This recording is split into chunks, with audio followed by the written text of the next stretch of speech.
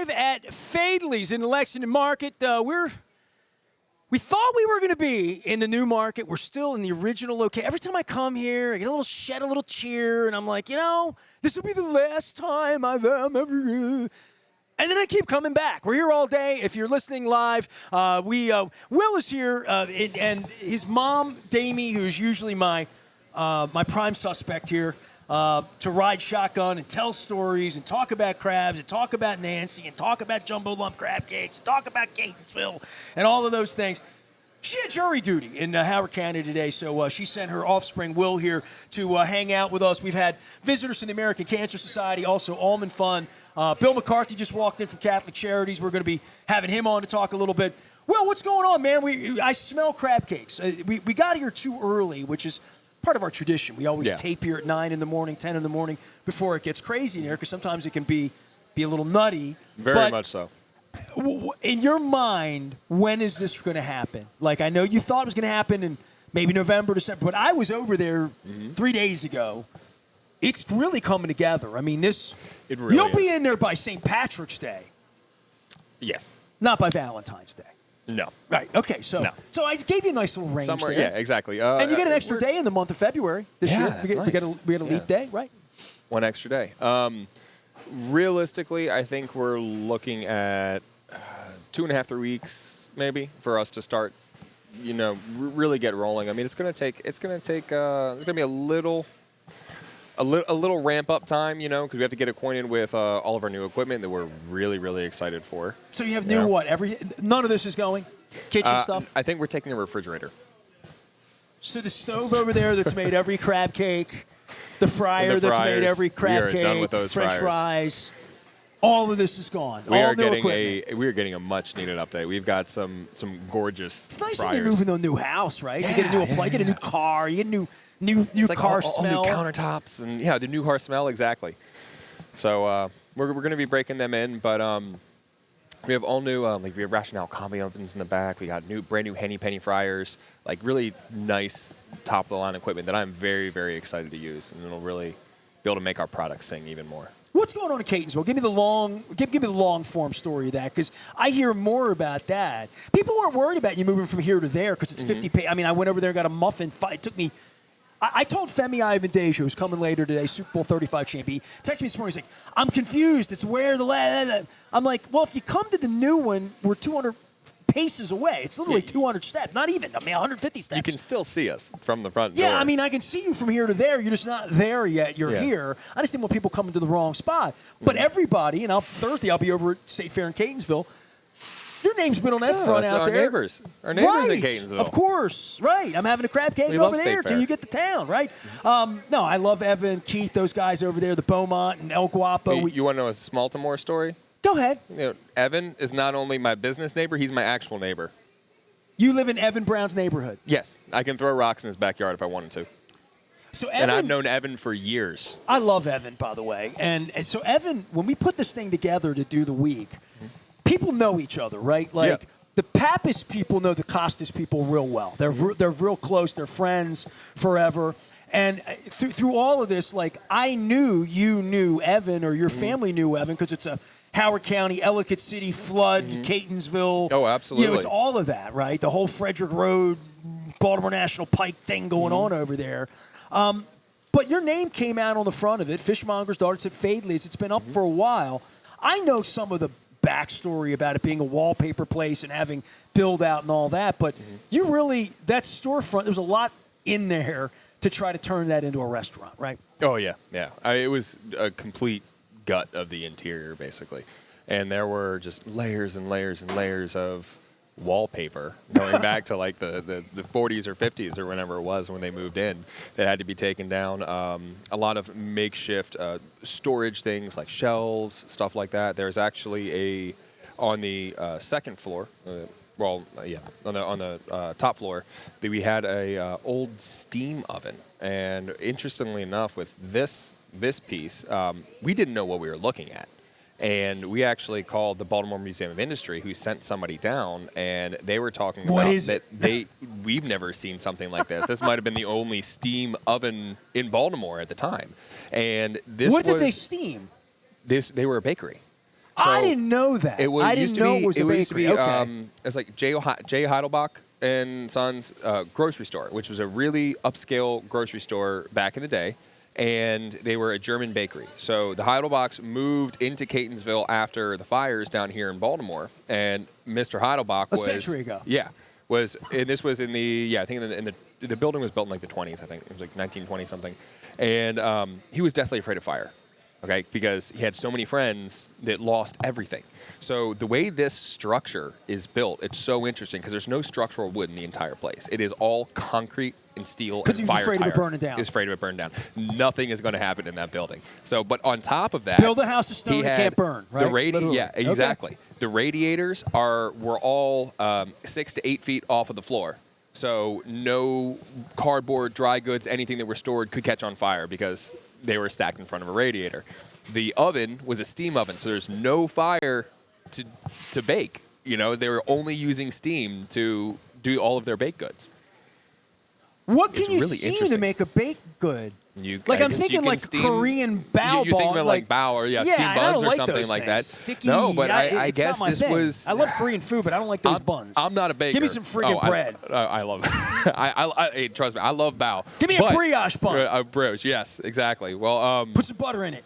I'm not a baker. All I know is that this is the way they did it. Right. As long as it tastes good, right?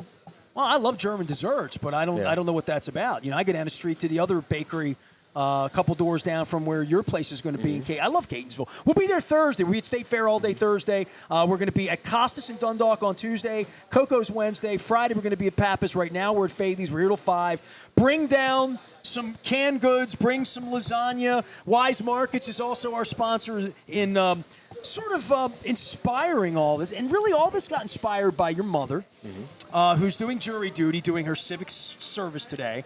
And you mentioned Evan. The reason we're doing the show at State Fair Thursday and not Tuesday is Evan's out of town because Evan wanted to be a part of it on Thursday because originally he was out of town on Tuesday. So I've moved all this stuff around. But your mother was an inspiration in this because we started to do Baltimore Positive right here on this table. And whether it was then Mayor Jack Young or whether it was Sheila Dixon running for mayor or Brandon Scott running for mayor or Martin O'Malley or police chiefs or John Sarr. We've had all sorts of people at this table, right, talking about things. But your mother was the inspiration in all this about oysters, crab cakes, learning more, education, oyster recovery, food. And then we started talking about food insecurity here in the city with the Lexington market people and the fact that food stamps, EBT, could not be used in a food market, right? So this thing went on and on from a political standpoint to be, hey, let's talk about the community and fixing Baltimore, to people are starving here and they need food, right? It's hard, man. It's hard to watch, especially like being behind the counter. And I've had customers that I've had for years that just like little old ladies that want to come in and get their groceries and get their fresh income, fish. Right? Yeah, exactly. And then it's heartbreaking to tell them, I'm sorry, I'm not allowed to accept your form of payment anymore. And it really is crazy because like I'm Royal Farms sponsor. You can go to Royal Farms buy places to take. How can a market not take So I started to learn about this. I'm thinking I got to be louder about this. Yep. I got to talk more about this and talk to people. But your mother inspired me in that direction. Every time I've had her on, she always gives me a little food for thought, and that's kind of how this crab cake row thing happens. It's no secret that the Ravens have done awful things to me, and one of them was telling the National Football League that I don't deserve to be at Radio Row after doing it for 27 years. So it's email Chad Steele. I'm sure he'll have an answer for you that'll be a lie. But so I'm not allowed to go to the Super Bowl and set up and do the job that I've done for 27 years. So Baltimore's unrepresented out there, by the way. Hello to Brett Dickinson from Ed Block Courage Awards, who couldn't come and talk about the Ed Block Awards because he's out on Radio Row doing podcasts and I own a radio station. So it doesn't make any sense. But nonetheless, I decided to turn it into something good. And it's because of people like your mother and stepping up for Baltimore Positive that I thought, Radio Row. We don't need a Radio Row. Let's do a crab cake row. Let's do crab cakes every day. Absolutely. And then my son came up with this whole like cup of soup or bowl idea. Right. Soup or bowl. That's perfect. Soup or bowl. Yeah. Look, if you say it the other way, the NFL's going to send me a C and D. I can't have that. So you have to say soup or bowl. I should probably do it like Howard Stern. WNST. There you go. Yeah. Soup or bowl, not the soup. But giving away soup and doing all that today for the Maryland Food Bank. I've got canned goods over here. I got some lasagna from Wise. I keep looking at those Lucky Charms and thinking I didn't have breakfast. Yeah, I had a little snack. muffin. That would have been nice over there. They're magically delicious. Bring stuff down Well, if today. you're hungry, we'll set you up. Tomorrow, Wednesday, Thursday, Friday, you come in. Alicia made up little things here. So Yeah, if you we come have by, vouchers. little vouchers. You get and you're not doing a cup of soup. You're only doing bowls here, right? Yeah. That's the word. Bowl or soup? Just switch it. Bowl of soup. That doesn't sound like the football game, though. That doesn't roll off the tongue like Taylor Swift or no, it's Travis definitely Kelce. not. But you're definitely not going to get a C&D for that. All right, well, that's a good point. A cup of soup or bowl is what we're doing here. It's Crab Cake Row. We're at Faidley's. Big appreciation to our sponsors as well. Window Nation, I got the fun hat. 86690 Nation. You buy 2, you get 2 free. I'm getting doors this year because I got windows 2 years ago. I'm saving money, but I still have like a gap and snakes, mice, things want to come in. I'm getting the doors this spring. I'm on it. You got to order ahead. Window Nation, 86690 Nation. Also, our friends at Jiffy Lube Multi Care, and they're sponsored. I don't have any fun, weird thing. I got to get Pete Blauvelt to send me some stuff over here. All right, so moving into the new place, menu, anything changing fundamentally from what we expect here? You're not changing the mac and cheese recipe. That's the most important thing. No. Right? And you're not changing those delicious little cucumbers that you have, the little sweet vinegar cucumbers that come. Not to my knowledge. And you're not changing the little tomatoes with the vinaigrette that comes with the crab Nothing's going cake. to be changed. None of the recipes are going to be changed. It's all going to be the same. We have nicer new equipment that we can streamline some things. Maybe we'll be adding some new things. Is but Grandma we're going to not be there getting on rid of Saturday anything. doing the slurry? If she wants to be. All right. I haven't seen her in a while. I miss her, How's she of doing? course. She's How's doing Bill well. and Nancy? Give me a Bill and Nancy. Everybody's doing well. When did you? Everybody's doing How old well. were you when you figured out your grandmother's a celebrity with crab cakes? Pretty young, but I never realized how big it was.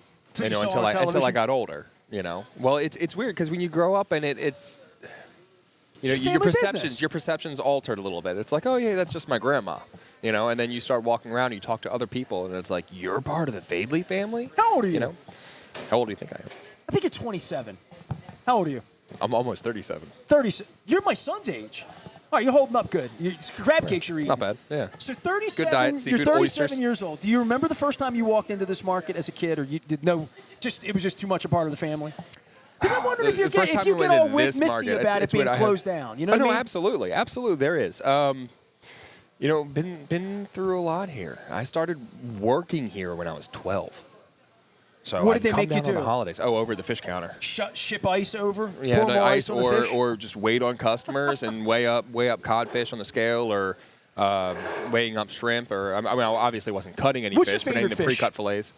My favorite. If I was fish? going to have a piece of fish with you right now, and you were saying this is my favorite way to make, because the crab cakes, you come in, you say crab cake, they throw it at you, you eat it, it's delicious. Mm-hmm. Fish is more like I took a giant rockfish home on Thursday. I was in here preparing to do this, and man, if I show it to you, I'm gonna show it to the audience because I No, please I do. share, no, this was I did this myself. Mm-hmm. My wife went out to do yoga, and she said to me, you brought the fish home. It smells. It's deboned.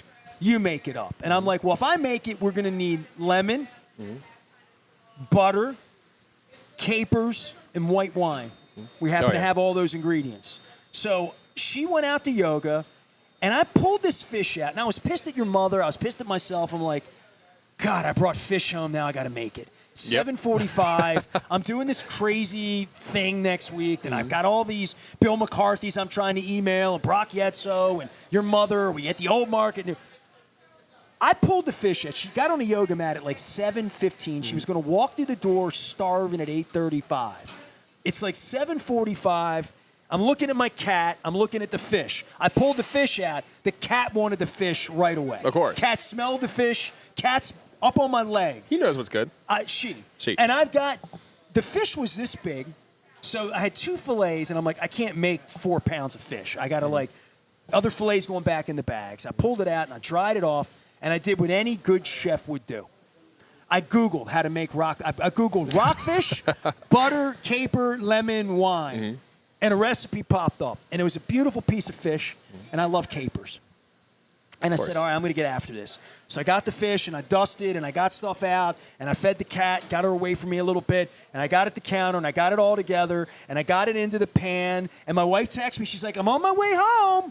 I'm like, you're making the beurre blanc sauce because I'll Yeah. screw that up. I'll burn the butter. It won't be any good. She's like, all right. She comes in. She's all sweaty. She jumps in the shower. She comes out. And I plated a piece of fish. I want you to look. That looks like it's out of the That looks Wise beautiful. catalog. I want everybody to That looks see beautiful. that piece of fish. Look at that fish right there. That's You did it right. Faidley's fresh rockfish. I saw him clean it over here, and Cut all to I order. needed to do was give it love. That's all I needed to do. Yeah. So if I can do this with a piece of rockfish, so what's your favorite fish? This is what I would Right. do for you. I would go. I would appreciate grab that. that. This is what I would make for you. I would make lemon rockfish with capers, butter, and white wine sauce right there. It's so hard to choose because there's so many fish that are so great. And they're all And different. they're so great for different things. Right. You know? I've got a few staples in my mind that I can go into, but one thing that I always go back to, and it's probably my absolute favorite, is growing up as a kid, Damie's recipe for oven-fried steak fish. Okay, I was gonna steak say fish steak is fish. kind of, it's kind of a big thing here in Baltimore. Hake, right? Yeah, it's hake. It's Right. hake. And a lot of places like in New England or up north, like they don't really use it commercially. To them, it's almost kind of a trash fish. But here in Baltimore, steak fish has almost like a cult following. I love you know? steak fish. And it's My mother made only it. us call it steak fish. She We call it pan-fried steak it. fish, right? Yeah, pan fried it. Pan fried's fantastic. But my mom used to make this recipe that is absolutely to die for. So it's oven fried. You coat it in butter and panko, just a little bit of seasonings, and then she'll bake it. Like almost Like a baked haddock, almost kind kind of like- well, sort of, but like how everyone loves air fryers now. This is almost like air frying it before we had air fryers. Okay. And it's just I like this it. light, flaky, buttery fish that just absolutely melts in your mouth. The fantastic flavor, and it's not an expensive fish either. It's a very reasonably priced fish. It's not like going out and spending $30 a pound on like halibut or like Chilean sea bass or something like that. It's Baltimore, like who we are at our core. We're this blue collar town, and it's like the steak fish is just a gem. It's an absolute My mother gem. would bring it home and make that. My dad grew up in Scranton, Pennsylvania. I'm going to say this about my father, too, because it's been 2 hours. We've been on the air live. We're doing 40 this week. This is really a tribute to my father in some ways. My father stood in stoop lines when he was a little boy. My father was born in 1919 in Scranton, Pennsylvania. Bill would appreciate that, and so He would. would. So would Nancy. And so my father never voted for a Republican ever in his life after Herbert Hoover. So like the Archie Bunker song, Herbert Hoover, Mr. We could use a man like Herbert Hoover again. My dad would just piss himself at that. My dad would be like, Herbert Hoover, awful, awful president. I starved when he was the president. I stood in soup lines. We didn't have any food. My father didn't have a job. We starved when Herbert Hoover. So my father would tell me this as a boy. And my father was a lot older than me. I was adopted. But my father would always say, hey, you got $1, put something in your belly. Put something in your belly. That's what my dad would tell me. So the fact that I have never, knock on wood, 55 years, I have never gone to bed hungry a night in my life. I'm a friggin' blessed individual, right? Absolutely. Like, incredibly blessed. But that's the reason we're doing it. So I wanted to say that. So my father loved fish. My father was Catholic. Bill McCarthy's here. So Our Lady of Fatima confirmed the whole deal. Had it all, CCD, the whole bit. So my father ate fish on Friday year-round. So it wasn't like a Lent thing. It was year-round. And my mother was always trying to come up with creative ways. So she would make these little salmon cakes. They were always a little salty. A lot of fish sticks. I did fish sticks in my place. But like fresh fish, perch, haddock, trout. But my family didn't have money, so we didn't get jumbo lump crab. We got the special and fried little hockey pucks and whatnot. But fish, there's a million different kind of fish. My wife thought she didn't like fish because it was fishy fish, right? And I was like, white flaky, let's try it. Start you on an orange roughy, you know what I mean? Start you someplace with a mild flaky fish. But what do you like? Hake's perfect for that. Hake's perfect for that. And it's funny, you talked about, fish sticks, right? Now, have you ever made fish sticks straight up out of the fillet? No. So one of my favorite ways, and I don't get that far. I just eat it. I kind of. It's like making a crab cake out of the crab I pick. So no, I just eat it. Yeah, exactly. Right there you go. But I have, and I'll throw this out there because we're coming up on the season. Shad season's coming around the corner, and shad used to be a really big thing, and it's kind of died out a little bit. Now, when I was over running the other side, the fish market, I learned how to bone shad. I would constantly, but it's very time consuming to keep the fillet together and get all of the bones out. I hate bones and fish. That'd be my number one complaint. Okay. So one of the best ways to bone the shad is actually going along the bones and cutting them into strips and fingers. Like, okay, like think like, I don't know, like chicken fries or something, but made out of a single piece of good, like natural whole wild caught fish. All right, bread them up, deep fry them, and it's finger food, fried fish. They're like, it's a fantastic they're like way to fish eat fingers. shad. Literally, yeah. And it's not that hard to do. See, this is why I got to come back. So when the new market opens, we'll do the show. Obviously, we're going to do the show with Baltimore Positive over there. We won't be live with all of this technology and pretty roadcasters and all that. But I want to do a sample day where I'll come down and say, look, I know how I like rockfish. I know how you make crab cakes. I know what steamed shrimp and fry. Make me something that I've never tasted before. Because my wife, that second fillet, and I should we'll break in a minute, but that second fillet that we had in the fridge, the next day, I'm always said, we got to make it. I'm like, capers, butter. She said, we had that last time. Let's do something different. She did a paprika. She Googled it. You know, she did a paprika tarragon thing. And I don't even know what the hell it was. We pan fried it with some butter, because, I mean, who would use olive oil when you could use butter? Exactly. Butter made it better. Tarragon's fantastic. Tarragon's fantastic on seafood. It was I love delicious, but it was different than the beurre blanc that I had done. Right. And I'm a caper. I'm a sucker for capers. If it's got capers on it, I eat them. You know, right. I love them. So, I'm with you. So my second one wasn't as good, but it was a delicious. I could taste the fish better. I taste the rockfish better the second time because it wasn't buried in all of that good stuff, all that deliciousness. No, I hear you. What makes the Faidley's crab cake so special for the audience? I don't think I'm going to have you. I got a full house here the rest of the day. Might be the last time I have you on. What makes Faidley special? I don't know. That first bite in that crab cake. Yeah. Okay, that's what makes the crab cake special. And then not only just what makes, I'd say it's the love in the family. This is our family business. This is our baby. Like, you know, we care about what Everything. we're putting forward. Yeah. So I'm not good at these kind of questions. It's so hard to quantify sort of that emotion or that feeling that you have when that feeling you have for a lot of people's walking in here. Yeah. Because I've been here long enough and doing it long enough. And I was a customer before I knew your family. I would walk in through the market side because I lived at the harbor.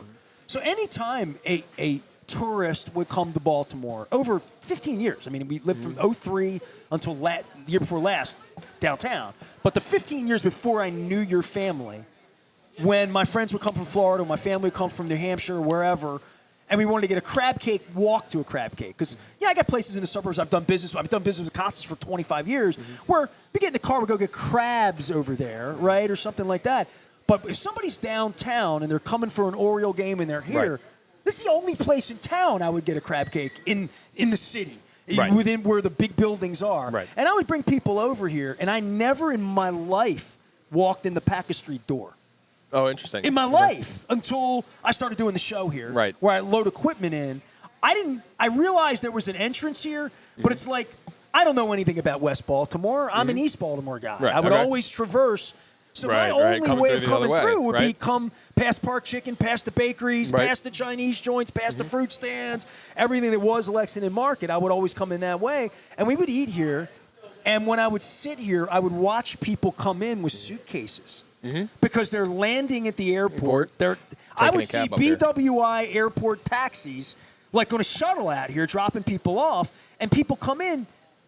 There's a feeling about being here for many people. People ship your crab cakes and they eat them at home.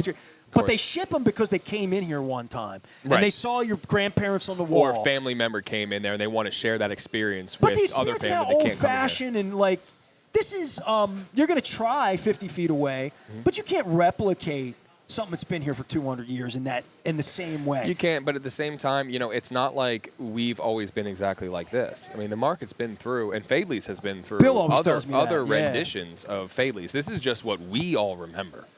So right now, moving over to the new market, we're sticking to our identity and who we really are. It's just our next chapter, and it looks great. It really does look grow, great. things change, and I think the biggest thing with us is just that sense of pride in the legacy that we have and what we mean to the city, what we're trying to provide, and man.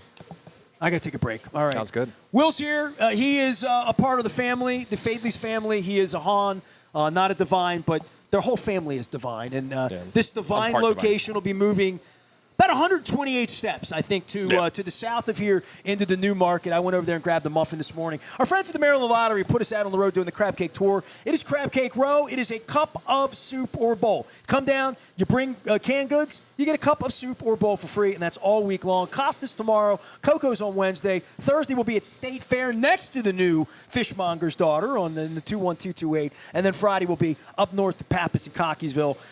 Gather all your stuff at Wise Markets. Bring it down. We are taking donations as well. I have fun little signs. And so this is my public service announcement for everybody here. Cash accepted as well. Our friends at Window Nation as well, 866-90-NATION. You buy 2, you get 2 free. And, of course, last but never least, Jiffy Lube Multi-Care. My thanks to Will for stopping by. We have lots and lots of folks coming by. Femi Ibadejo will be here later. Michelle Bresnik-Walsh from There Goes My Hero. My pal Greg Landry from Towson Transfers. We're featuring charities, awesome places, great stuff that you can do to support the community and help other people less fortunate. And first things first, bring us some food down here for the Maryland Food Bank. I am Nestor. We are WNST, AM 1570. Towson, Baltimore. We never stop talking Baltimore. Positive.